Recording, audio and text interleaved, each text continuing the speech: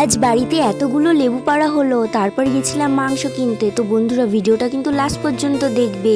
আর এই লেবুগুলো দিতে যাব পিসি বাড়ি। তো চলো ভিডিওটা শুরু করা যাক। তো এখন যাব আমি পিসি বাড়ি লেবু দিতে। তাছাড়া আমারও একটা কাজ আছে, যে কারণে আরোই যাওয়া। তো বন্ধুরা আমি পিসি বাড়ি গিয়ে কোনো ভিডিও করিনি, যে কারণে তোমাদের সাথে আমি শেয়ারও করতে পারছি না। গল্পে গল্পে সময় কেটে গেছিল।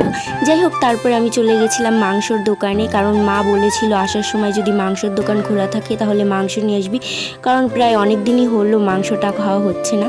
দেখো বলতে বলতে মাংসের দোকানে চলেও এসেছি। আর আমরা মাংস কিনলে সবসময় এই কাকার দোকান থেকেই মাংস কিনি, যেহেতু আমাদের এখানেই বাড়ি।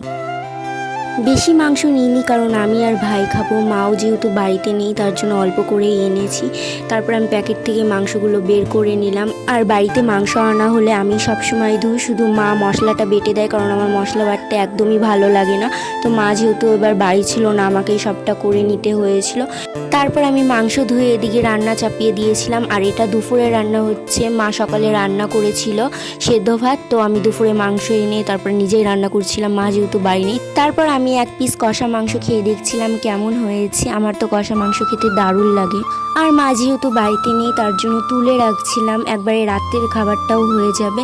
তারপর আমি আর ভাই খেতে বসে পড়েছিলাম, কারণ অনেকটাই লেট হয়ে গেছিলো, ভাইয়েরও খুব খিদে পেয়ে গেছিলো। আর আমার ভিডিও যদি তোমাদের কাছে ভালো লেগে থাকে তাহলে আমার পাশে থেকে আমাকে সাপোর্ট করো, আর সাবস্ক্রাইব করতে তো একদম ভুলবে না। তো বন্ধুরা আমি এখন থালা বাসন মাজবো, আর এখন 5টা বাজে, আমি এখনো স্নান করতে পারিনি এত কাজ বাজ করে। তো স্নান করে যাও পড়াতে, তার জন্য আমি ভিডিওটা আর কন্টিনিউ করতে পারবো না। তো ভিডিওটা এখন এই পর্যন্তই থাকবে। ভিডিওটা কেমন লেগেছে অবশ্যই জানিও। তো দেখা হচ্ছে নতুন ভিডিওতে। আর ভিডিওটা ভালো লেগে থাকলে যা যা করতে হয় অবশ্যই করে দিও। তো চলো টাটা।